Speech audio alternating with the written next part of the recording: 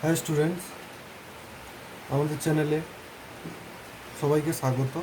আজকে আমরা করব model activity task June session, June 2021-এর ক্লাস 9-এর ম্যাথমেটিক্সের কিছু সমস্যা। বন্ধুরা, সাউন্ডের একটু সমস্যা হলেও হতে পারে, কারণ আমাদের এদিকে একটু বৃষ্টি হচ্ছে এখন।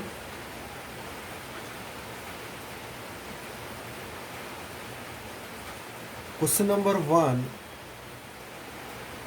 যেটা আছে সেটা বলেছে যে এক্স, ওয়াই অ্যান্ড জেড তিনটি বাস্তব সংখ্যা, এক্স লেস দেন ওয়াই এবং জেড লেস দেন 0 হলে অপশান এতে আছে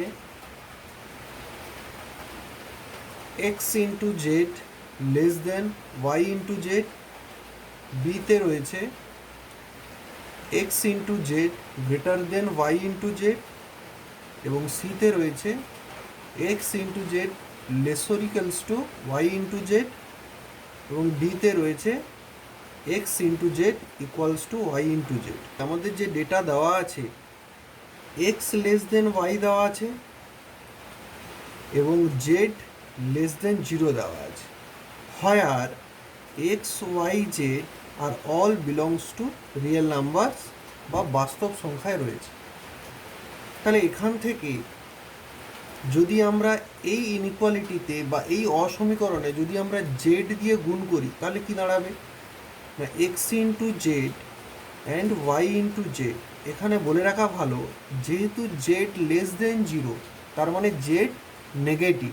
তাহলে জেড যেহেতু নেগেটিভ, তাই কোনো নেগেটিভ টার্ম যদি আমরা গুণ করি কোনো ইনইকুয়ালিটিতে, তখন ওই ইনইকুয়ালিটির সাইনটা কী হয়ে যায়, চেঞ্জ হয়ে যায়। অর্থাৎ ছিল লেস দেন হয়ে গেল গ্রেটার দেন। অর্থাৎ কোন অপশানটা হচ্ছে option number b will be the required answer. তাহলে অপশান নম্বর বি হচ্ছে নির্ণয় উত্তর। এবারে চলে আসছি নাম্বার 2-তে। নাম্বার 2-তে কি বলেছে, বলেছে নিচের কোন বিন্দুটি 5x minus y equals to 7 সমীকরণের লেখচিত্রের ওপর অবস্থিত নয়। এখানে অনেকগুলো অপশান দেওয়া আছে। এই সমস্যাটা পার্টিকুলার এই সমস্যাটা সমাধান করার জন্য আমরা ডিরেক্টলি অপশান টেস্ট করতে পারি। অপশান টেস্ট মানে কীরকম, যে পয়েন্টগুলো দেওয়া আছে ওই পয়েন্টগুলো জাস্ট আমরা যে সমীকরণটা দেওয়া আছে ওটাই বসিয়ে দেবো। যদি স্যাটিসফাই করে তার মানে সেখান থেকে আমরা বলতে পারবো ওই সমীকরণের লেখচিত্রের ওপর ওই বিন্দুটি অবস্থিত। যদি স্যাটিসফাই না করে তখনই আমরা বলবো যে প্রদত্ত সমীকরণের লেখচিত্রের ওপর ওই বিন্দুটি অবস্থিত নয়। তাহলে সেক্ষেত্রে টেস্ট করা যায়। ফার্স্ট যদি আমরা 3-2টাকে টেস্ট করি তাহলে সেখানে কি দেখতে পাবো, 3 ইন্টু এক্সের জায়গায় যদি আমরা 3 বসাই মাইনাস ওয়াইয়ের জায়গায় যদি আমরা 2 বসাই, এখান থেকে কি দেখতে পাচ্ছি, এখান থেকে দেখতে পাচ্ছি 3 3 9 minus 2 which is equals to 7। That means এটা অবস্থিত হয়ে আছে, কারণ এটা স্যাটিসফাই করে যাচ্ছে ইকুয়েশনটাকে। আমাদের ইকুয়েশন ছিল কি, thrice x minus y equals to 7। তাহলে এই ইকুয়েশনে আমরা দেখতে পাচ্ছি এক্স ওয়াইয়ের মান বসাতে আমাদের ডান পক্ষ চলে আসছে, যেটা হচ্ছে 7। তার মানে এই ইকুয়েশন এই পয়েন্টটা প্রদত্ত সমীকরণের ওপর অবস্থিত, কিন্তু আমাকে জানতে চেয়েছে অবস্থিত নয়। এবারে অপশান বি দেখা যাক। অপশান বিতে যদি আমরা টেস্ট করি 3 ইন্টু 1 মাইনাস ওয়াই মানে এখানে আছে -4, that can be equals two 3 plus 4 which is equals to 7। তার মানে এটাও কিন্তু প্রদত্ত সমীকরণের উপরেই রয়েছে, তাহলে এটাও অ্যান্সার হবে না। আচ্ছা, এবারে যদি আমরা লক্ষ্য করি সি, তাহলে সেক্ষেত্রে কি দেখতে পাবো না, 3 এক্সের জায়গায় 0 মাইনাস ওয়াইয়ের জায়গায় -7। এটা করলে পরে কত হচ্ছে 0 minus 7 plus 7 which is equals to 7। তাহলে এটাও কি হচ্ছে প্রদত্ত সমীকরণের ওপরেই অবস্থিত। কিন্তু যদি আমরা শেষেরটা দেখি তাহলে সেক্ষেত্রে দেখতে পাবো কত, 3 ইন্টু 2 মাইনাস ওয়াইয়ের জায়গায় 0। তার মানে এখান থেকে আমরা পেয়ে যাচ্ছি কত, 6 minus 0 which is equals to 6, which is does not equals to 7। এটা কিন্তু 7 হচ্ছে না, তার মানে এই বিন্দুটি কি হবে না হচ্ছে প্রদত্ত সমীকরণের উপর অবস্থিত, প্রদত্ত সমীকরণের লেখচিত্রের উপর অবস্থিত নয়। তাহলে অ্যান্সার হয়ে যাবে ডি, দুইয়ের দাগের অপশান হয়ে যাবে ডি, অপশানটা হবে রিকোয়ার্ড অ্যান্সার। কোশ্চেন নাম্বার 2, স্তম্ভ মেলাও। এ স্তম্ভ এবং বি স্তম্ভ আছে, এখানে প্রথম দেওয়া আছে এটা মূলদ সংখ্যা। এখানে কোন অপশানটা আছে দেখা যায়, অসীম অনাবৃত দশমিক সংখ্যা, বাস্তব সংখ্যা নয়, সসীম দশমিক সংখ্যা বা আবৃত দশমিক সংখ্যা। এখানে কোশ্চেন অপশান নম্বর 3টাই হবে না। কারণটা কি না, কারণ মূলদ সংখ্যা সসীমও হতে পারে আবার অসীমও হতে পারে, কিন্তু এটা আমাদের মাথায় রাখতে হবে যে যদি মূলদ সংখ্যা অসীম হয় তাহলে সেক্ষেত্রে কিন্তু সংখ্যাটি আবৃত হবে, অর্থাৎ কোনো একটা ডিজিট বা এক বা একাধিক ডিজিট বারবার ঘুরে ফিরে আসবেই, সেটাই হবে কি মূলদ সংখ্যা। কিন্তু অমূলদ সংখ্যার ক্ষেত্রে আমরা কি বলতে পারবো, অর্থাৎ এটা 3টা কি হয়ে যাচ্ছে, এ, অপশান এ হয়ে যাচ্ছে। কিন্তু যদি আমরা অমূলদ সংখ্যার ক্ষেত্রে দেখি, অমূলদ সংখ্যা জেনারেলি কি হয়, অসীম হয় এবং অনাবৃত হয়, অর্থাৎ অসীম এবং অনাবৃত এটা 1 নম্বর অপশানে আছে, অর্থাৎ অপশান নম্বর 1টা যেটা আছে সেটা এ স্তম্ভের বি হবে এর নির্ণেয় অ্যান্সার। আশা করি তোমরা বুঝতে পেরেছো। এবারে চলে যাচ্ছি কোশ্চেন নম্বর 3। কোশ্চেন নম্বর 3তে কি বলেছে, সমাধান করো। এখানে আছে 4x minus thrice y equals to 16 এবং 6x plus 5y equals to 62। এখান থেকে যদি আমরা এখান থেকে লিখি 4x minus thrice y equals to 16 and 6x plus 5y equals to 62, এটা কোশ্চেন নাম্বার 1, এটা কোশ্চেন নাম্বার 2। কোশ্চেন নাম্বার 1কে যদি আমরা 5 দিয়ে মাল্টিপ্লাই করি এবং কোশ্চেন নাম্বার 2কে যদি আমরা 3 দিয়ে মাল্টিপ্লাই করি, সেখানে কি দেখতে পাবো, therefore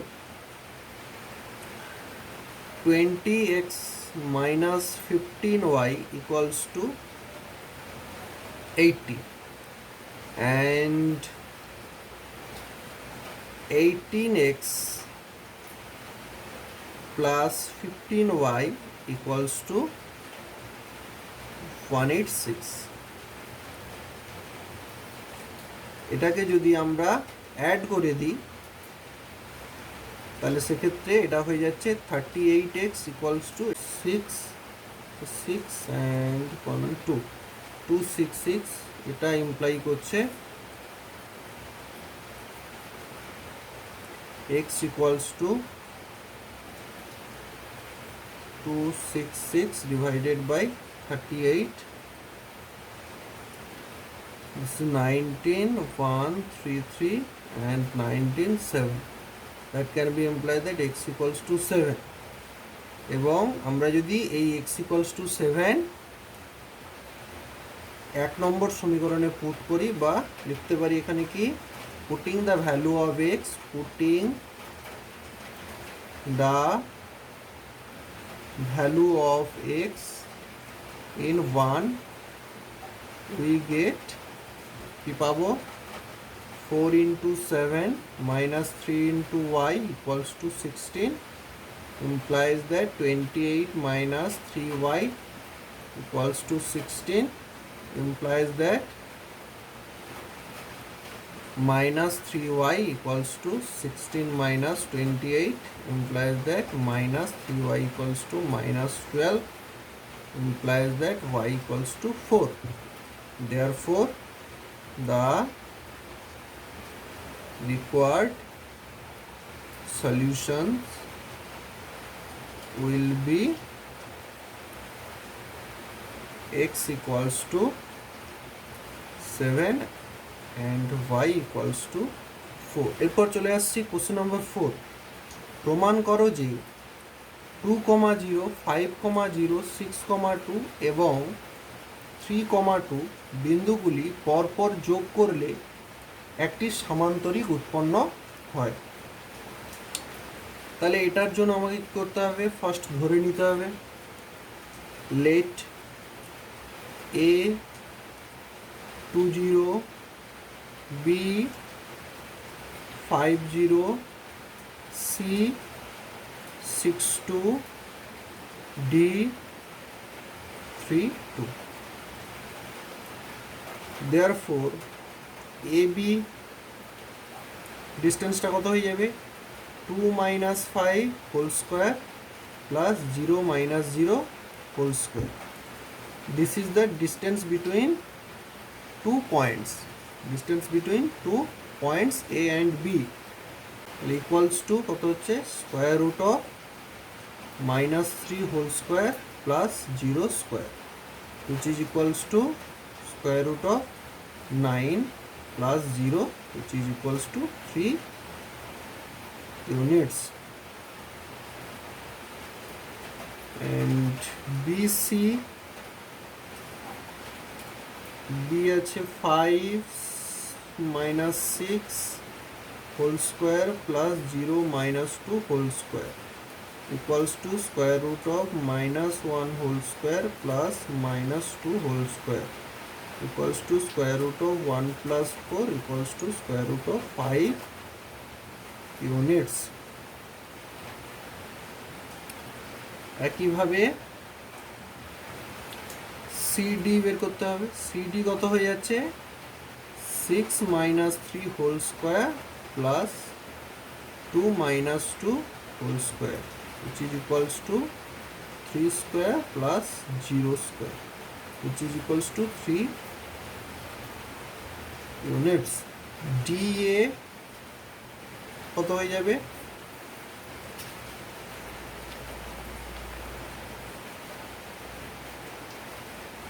3 - 2 2 - 0 3 - 2 whole square plus 2 - 0 whole square, which is equals to 1 square plus 2 square, which is equals to 1 plus 4, which is equals to square root of 5 units। বাহুগুলো সব বেরিয়ে গেছে, অর্থাৎ বাহুগুলো অলরেডি সব বেরিয়ে গেছে। এবারে একটা যেটা আমাকে দেখতে হবে যে কর্ণগুলো বের করতে হবে, কারণ এখানে বাহু থেকে আমরা কি কি দেখতে পাচ্ছি না, বাহু থেকে আমরা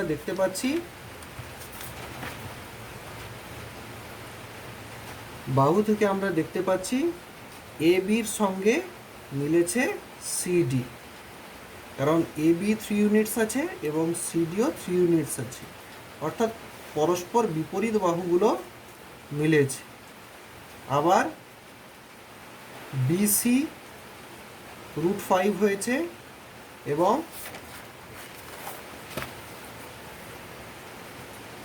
ডিএও √5 হয়েছে, সেই জন্য অপোজিট সাইডসগুলো মিলেছে। আমি যদি এখানে একটা এমনি গ্রাফ ডায়াগ্রাম ক্রিয়েট করি, তাহলে সেখানে দেখতে পাবো এ বি সি ডি, তাহলে এ বির অপোজিট সাইড সিডি অ্যান্ড বিসির opposite side AD or DA. তাহলে এখানে অপোজিট সাইডসগুলো মিলে গেছে, বাট শুধু অপোজিট সাইডসগুলো মিললে পরে আমরা বলতে পারবো না যে সেটা সমান্তরিক, কারণ কি অপোজিট সাইডসগুলো আয়তক্ষেত্রেরও মেলে। তাই সেক্ষেত্রে আমাকে কর্ণগুলো বের করতে হবে। তাহলে আমাদের কর্ণগুলো বের করা যাক। কর্ণগুলো কত হচ্ছে না, কর্ণগুলো একটা হচ্ছে এসি, এসি কি হচ্ছে 2 - 6 whole square plus 0 - 2 whole square, which is equals to -4 whole square plus -2 whole square equals to 16 plus 4, which is equals to 20 square root of 20 units। এবার বিডি বের করা যাক। square root of which can be equals to square root of 2 square -2 whole square, which is equals to 4 plus 4, which is equals to 8 units। তাহলে আমরা কি দেখতে পাচ্ছি, প্রদত্ত অর্থাৎ এখানে কিন্তু কর্ণগুলো মেলেনি, এখানে স্কোয়ার রুট অফ 20 হয়েছে আর এখানে স্কোয়ার রুট অফ 8 হয়েছে, তার মানে দুটো মিলছে না। তার মানে সামান্তরিকের কর্ণ দুটো অসমান যেহেতু হয়, তার মানে এখান থেকে আমরা কি বলতে পারবো যে প্রদত্ত বিন্দুগুলি দ্বারা গঠিত ABCD চতুর্ভুজের AB সমান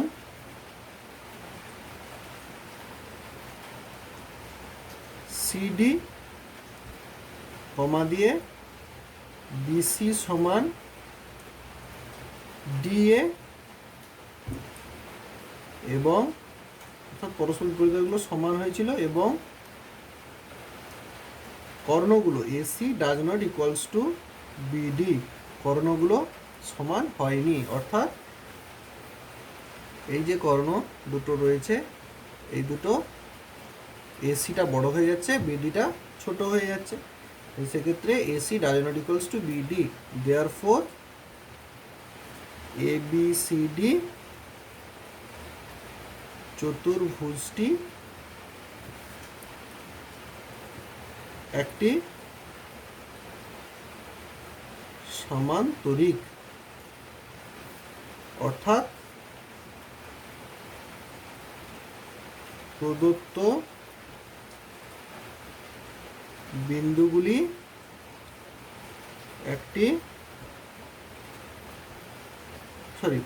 বিন্দুগুলি দ্বারা একটি সমান্তরিক গঠিত হয়।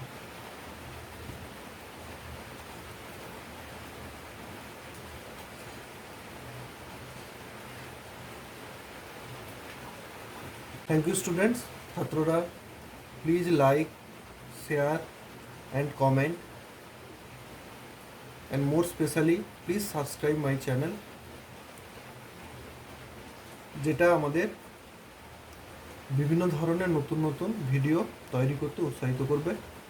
এবং এই ধরনের আরও নতুন নতুন ভিডিও পাওয়ার জন্য আমাদের এই চ্যানেলটাকে সাবস্ক্রাইব করে রাখুন। কমেন্ট করবেন, আপনাদের কমেন্ট আমাদের কাছে অত্যন্ত মূল্যবান, যা আমাদের অগ্রগতিতে সহায়তা করবে। Thanks for watching. তোমাদের সঙ্গে দেখা হচ্ছে আমার নেক্সট ভিডিওতে।